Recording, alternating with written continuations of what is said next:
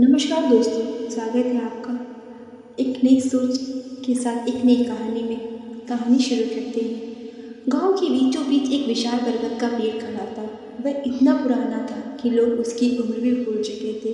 कई पीढ़ियां आई और गई, लेकिन यह पेड़ हर परिवर्तन का मुंह गवाह बना रहा।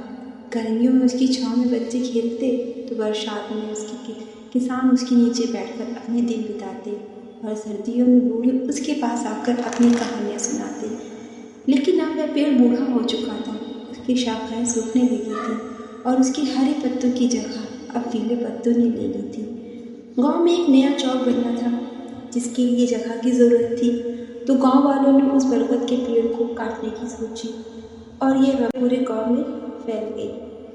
उसी रात जब पूरा गांव सो रहा था, तो बूढ़े बरगद ने ठंडी हवा के साथ अपनी अंतिम कहानी कहने की तैयारी की। उसकी हर शाखा, हर पत्ता, उसकी जड़ों में छिपी हर यादें उस कहानी का हिस्सा बनी। बहुत साल पहले बूढ़े बरगद ने धीमी आवाज में कहना शुरू किया। जब ये गांव एक छोटा सा बस्ती हुआ करता था, तब मैं एक नन्हा पौधा था।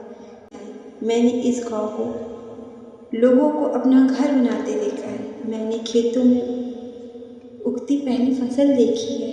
मैंने यहाँ की पहली बारिश महसूस की है।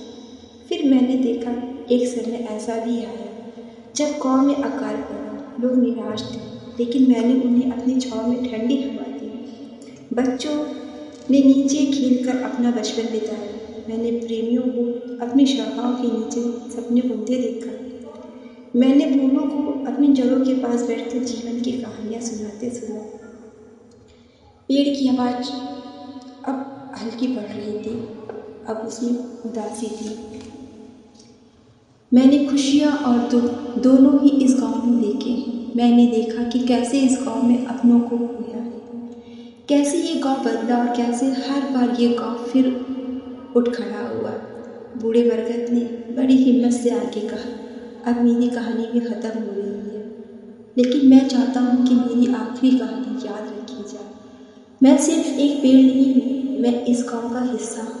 मेरे अंदर ही कई पीढ़ियों की यादें हैं। जब मैं नहीं रहूँगा, तो मेरे साथ मेरी कहानियाँ भी ख़त्म हो जाएंगी।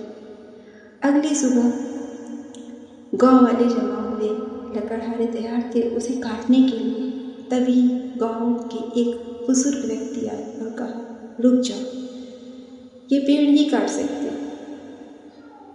तुम लोगों को ये पेड़ सिर्फ एक लकड़ी का ढेर समझ में आ रहा होगा, लेकिन ये हमारे गांव की धरोहर है, हमारे गांव का इतिहास है। इसे काटकर तुम सब कुछ खो दोगे, इस गांव की कहानी खो दोगे। सब लोग उस बुजुर्ग को सुनने लगे और कहने लगे, ठीक है। तभी एक बच्चे ने आगे बढ़कर कहा, अगर हमें चौक बनाना है तो हम इस पेड़ के आसपास चौक बनवा लेते हैं। सब लोगों ने सहमति दी और चौक को उस पेड़ के आसपास बनवाया गया। लोग अब भी आकर उस चौक पर बैठते हैं और अपना समय बिताते हैं। बूढ़ा बरगद की कहानी अभी भी सुनी जाती है, क्योंकि वो जीवित है।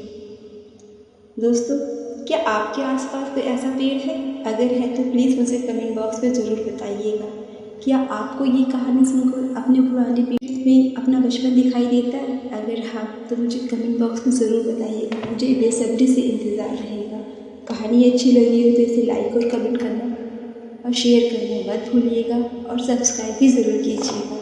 मिलते हैं आपसे एक नई कहानी में, एक नई सोच के साथ। धन्यवाद।